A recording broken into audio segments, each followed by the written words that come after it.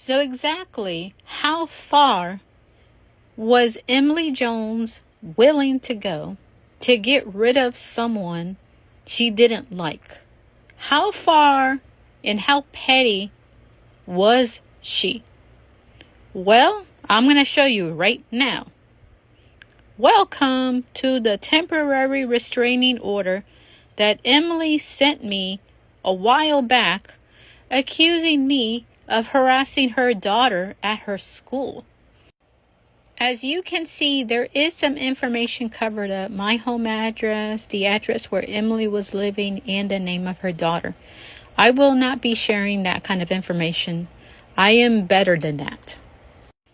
But I will allow you guys to see the case number so you can look it up yourself and see how far Emily was willing to go. This was actually multiple pages, and no, I'm sorry, I cannot show you those pages either, but you can look up the case number yourself if you want to. When this temporary restraining order was sent to my house, it scared the heck out of my dad, because my dad had no idea what was going on, nor did my mother, and I had to inform them of the situation, and trust me, they weren't too happy. They know everything. So, folks, just so you know, my parents know, and they're not happy with it. Moving forward, I had to figure out what to do because this was a scary situation. It was very, very unexpected, out of nowhere, being accused of harassing someone's child. This was not funny. This was scary.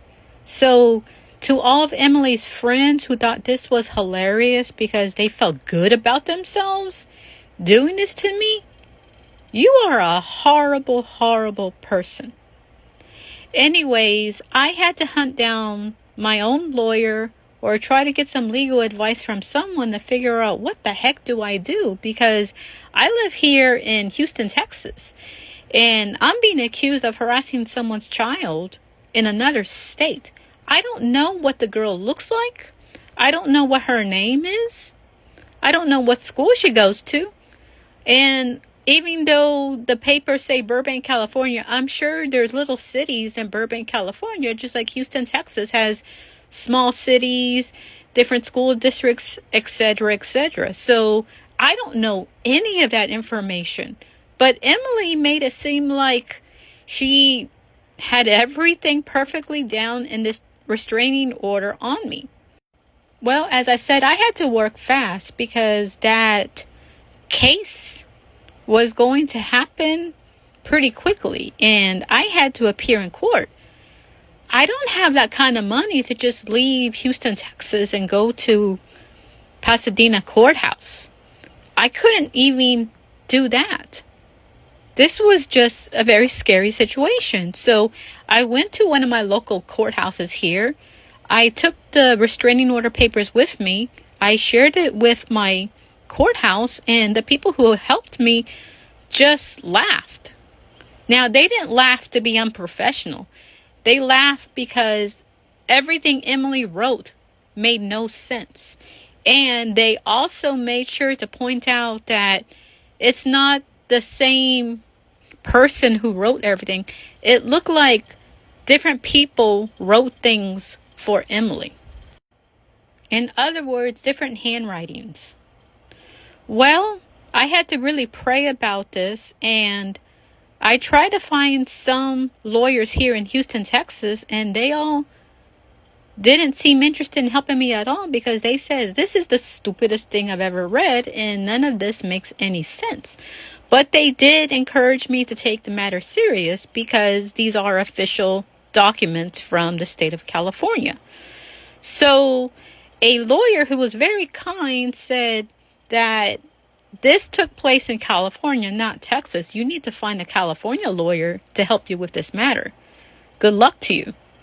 Well, I had to do some research in California to find a lawyer that could help me. And I didn't have that kind of money. Lawyers are super expensive anyways. Well, I would find some people who would do free consultation to help me out.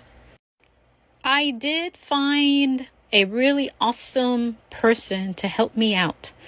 She sent me an email, requested me to send her the restraining order papers and the case number. So I did. She set up an appointment to give me 1 free hour of consultation so she could talk to me about it and see what could be done. Well, when the time came, she even said the same thing that people were telling me here in the state of Texas. They said, "This is the stupidest thing I read. This stuff doesn't make any sense. Because you live in Houston, Texas. You're being accused of harassing someone's child in the state of California. And it just doesn't make any sense." To the lawyers, it didn't make sense. So she assured to me that to the judge, it wouldn't make any sense to him either. So she did her best to explain to me and make me feel better. She said, "Take it serious. You definitely can call and say, 'Hey, I'm disabled. I can't just, get up and go to the Pasadena courthouse.'" She said, "What you need to do is do it over the phone." So I took her advice, and when it came time for the court hearing, I called, I explained. They helped me out with setting up over the phone. When the time came to do the court hearing, the judge allowed Emily to speak first. And I have posted here for all of you to read. You will have to pause and read it for yourself. The court hearing documents of everything Emily said and what I said and what the result was in the end. Please take the time to pause and read it, as I kind of uploaded it in video format. And after this, Emily did continue to cause me trouble. I was encouraged to send her a cease and desist to leave me alone. And instead of Emily respecting that, she uploaded that document on her Twitter and again played the victim. Her friends were still willing to help her out. And certain friends of hers were willing to contact my business contacts, including followers, trying to turn them against me. Even though the judge said, "I am not going to approve this restraining order," Emily wanted to make sure she still got revenge on me for not getting what she wanted.